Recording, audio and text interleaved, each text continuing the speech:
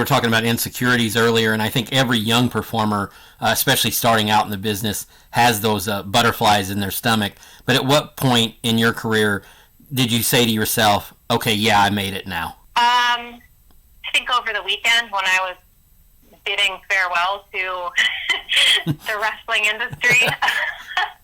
I don't know. I mean, there are tentpole moments that I remember. One of them being my first time wrestling at Wembley Arena, and that was the first time that I had been in front of a massive crowd, like of that size. And I'll never forget standing backstage behind the curtain, getting ready to go out with Velvet, and she was holding my hand, and she said, "We're going to walk out on the stage, and then we're just going to stand there for a minute and just take it all in. Just drink it in." And I did. And I did exactly that, and I felt like I got to stand there for an eternity. And it was probably just 5 seconds before we started, doing our little choreographed entrance and then went to the ring and performed. But that was definitely a moment I'll never forget. And then, obviously winning that 5th knockout title, again, when my daughter was not even 6 months old, I just think that, as I think back on that, and I've said a million times, if I'm wrong in this, somebody on the internet will let me know, but I don't know of another female performer who had a lengthy, successful career wrestling on television, then stepped away to have a child, and then came back. I don't know, and I'm not saying that it didn't happen, but I don't know of anyone who did it prior to when I did it, and I don't think that I opened doors or I did anything like that, but just to be able to see now how many women have done the same thing, it feels good. It feels good to know that I was part of, and I'm a small group of, or I'm part of a small group of women who put their insecurities aside and had something life-changing happen to them, like motherhood, and then still figured out how to find themselves as a woman and as a performer on the other side. You've kind of been married to the wrestling business, literally and figuratively, for most of your adult life. What will it feel strange, transitioning away from wrestling and joining, I guess, the quote-unquote real world? Yeah, it will. It'll be uncomfortable, and I think that there will be growing pains, and I will miss it. I will have to figure out something to do. I'm going to have to take up, rock climbing or something to get my adrenaline rush fixed. But I think the biggest thing for me and what's really helping me feel settled in my decision is the fact that I don't have to tell my daughter, I got to go, I'll be back in X amount of days, or I'm going to miss your gymnastics competition this weekend because I've got to go to work.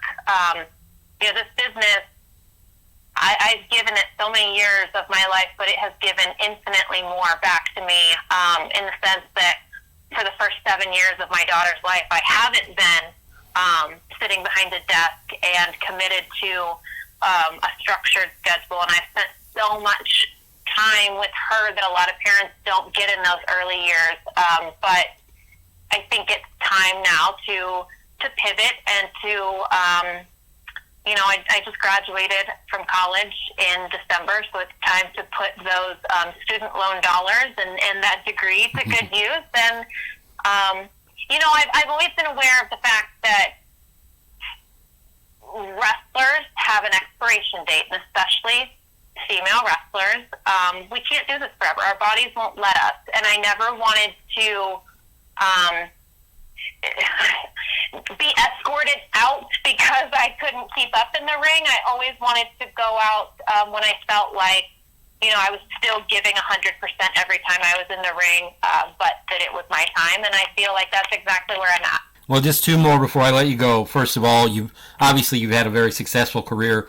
What advice would you give to young ladies who are starting out in the wrestling business now? And I think that the biggest thing, and as cliche as it sounds, and every wrestler's told it at some point, but in those early in those early years starting out, just keep your mouth shut and your ears open, because that's how you learn. That's how you get that invaluable advice from those people that you grew up watching, that you're now working with.